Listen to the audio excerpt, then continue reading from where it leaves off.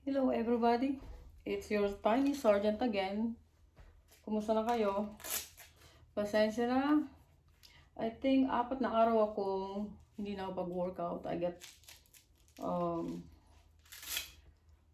my sciatic is acting up again. Ganyan ako pag taglamig na, sumasakit yung aking balakang. Super painful. Yung nagtatrabing pain siya, parang ganun. Yung pag lumakad ka, gumuguhit yung pains. So, I decided to rest from working out. Kaya, ngayon I feel okay na. So, ang sabi ko, sige, let's do my abs. Ilang araw kong walang abs workout.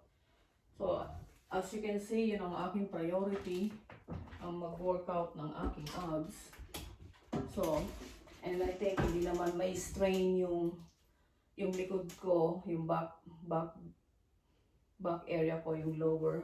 Ano tawag dito sa Tagalog? Yung balakang. Dito masakit yan eh, dito.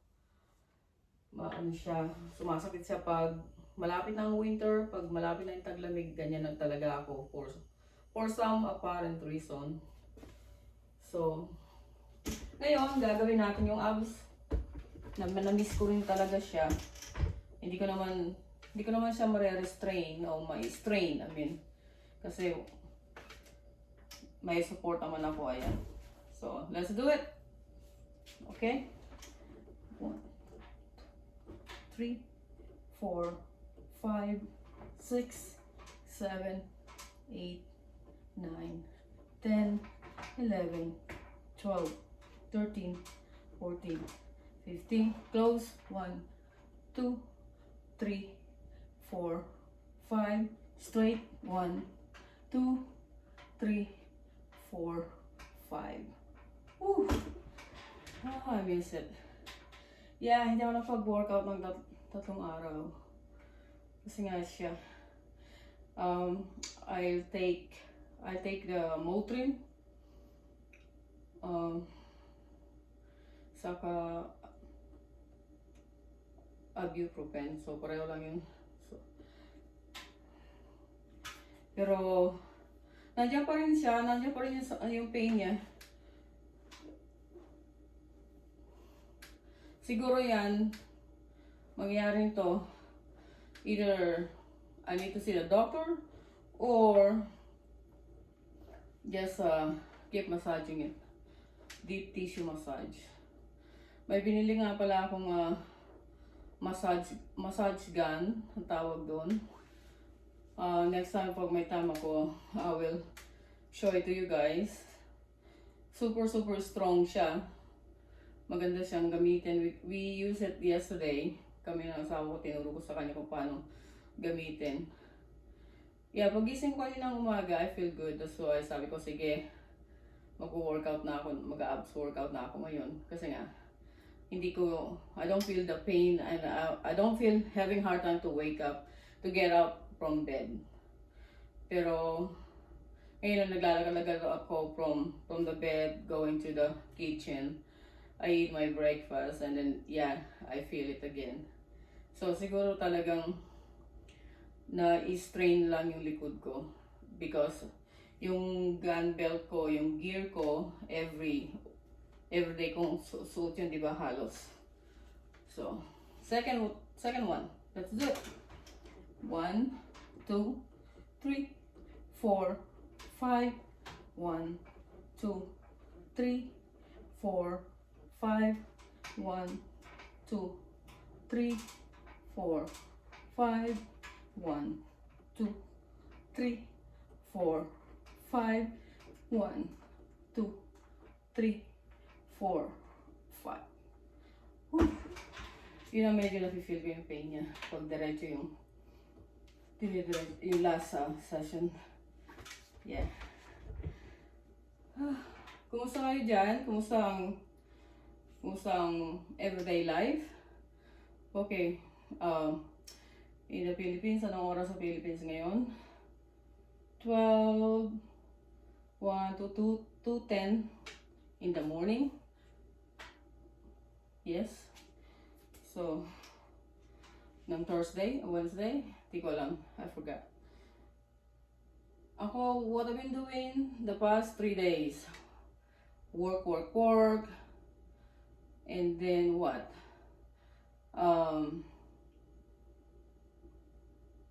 Fixing some issues sa Philippines. Ng family ko. A few family member. And then I hope I have it fixed. I hope na nagawan ko ng paraan. So, para sa bubuti ng lahat, ikatatahimik ng lahat, then I have to say something. So, yun ang nangyari for the past 3 days. Very, very exciting and fruitful, I think. I just need to say a lot of things to certain people. I want them to realize what the whole situation, kung bakit ganun yung decision na ginawa ko, at bakit certain people are nandun sa certain area. So I hope I fix it. If not, they still need to follow what I said. Kasi para magkaroon ng peace ang bawat isa. You know. Ako tumatayo na para magulang sa mga kapatid ko at sa mga pamangkin ko. Yeah, I'm far away from them, but my words matter to them. Para kasi pag sila lang and then I let it, nagkakaroon ng issue. So the good thing about it, they listen. I know masama man ang loob nila, but they listen. Hindi ako pala patol sa salita. I will talk, I will put my 2 senses to it kung nakikita kong hindi na nila kayang isolve ang problema of certain situation. Okay guys, then this is our third one. 1, 2, 3, 4, 5 side. 1, 2, 3, 4, 5. 1, 2, 3, 4, 5. 1, 2, 3, 4, 5. 1, 2, 3, 4, 5. Whew. Yay! At least I did my abs workout today. I don't feel bad about it. Kasi ilang araw din ako hindi nag-workout. Grabe. And I feel bloated already. Pero, this is it. At least I done it. So, let me do additional one more set. So, so that I will be satisfied with my abs. Because yesterday today I ate cereal. And you know, cereal with sugar in it. So, I try to avoid it, but I can't. Kasi I don't feel good already. So now let me eat cereal. But remember, cereal is full of sugar. So last one. 4, 5.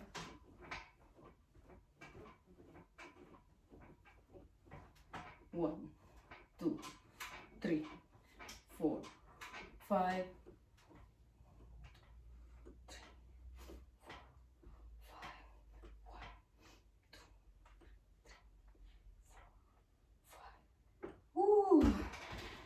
Thanks God. Thank you. Wow. I'm sweating already. Grabe. I like it. Yes. So, yun nga. Yun ang nangyari. And, sa work naman, awa ng Diyos, okay lang. Tahimik. Magandang situation for the past 5 days. Tomorrow off ako. Suppose Friday off ako. Pero nakakuha uli ako ng 8 hours overtime. So This pay period, I have 16 hours of overtime.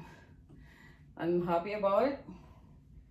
Kasi extra money din yun. Kasi wala na kaming ano ngayon, side job. Kasi nga, because of the pandemic, nawala na yung Whataburger side job ko.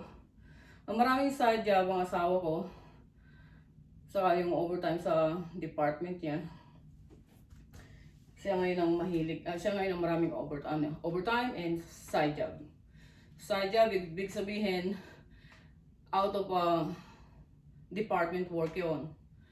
Sa ibang ano yon. Pero dito, yung mga ibang police department, including my police department, they allowing us to work off-duty work, which is good kasi pandagdag kita rin yon ng mga police dito na additional income sa kanila yon. Parang tawag namin doon play money. So ako since March, how long is that until now? Well, nag-close ang Whataburger kasi wala nang dine-in, puro ano siya, drive-thru. So they don't need a police officer. Kaya wala akong play money. Pero okay pa rin. At least I have my job, my full-time job. Ganun mo lang titignan yun. I'm one of the lucky one that may trabaho ako. Di ba alam niyo mga buong mundo halos affected by the pandemic. Ang daming nawalan ng trabaho. Lalo na sa Pilipinas. I try to help sa mga family at sa mga kaibigan ko. Magpadala ng konting halaga, Pero sana nga lang talaga matapos na magkaroon na ng vaccination sa COVID para we're back to normal, para magkaroon tayo ng at least parang assurance na hindi na tayo basta magkakasakit ng COVID. Ang COVID hindi na yan maalis. Nandiyan na yan. All we need right now is continue using our mask and the social distancing. Maganda talaga yan. But we need to have a vaccination. I hope the government matapos na nila madali na nila yung mga gumagawa ng vaccine para ma-implement na sa mga tao sa buong mundo, sa mga tao na nangangailangan. Kasi nga, talagang hirap. Magpapasko pa naman, dapat we're making money para sa Pasko. But if not, as long as we're alive, di ba?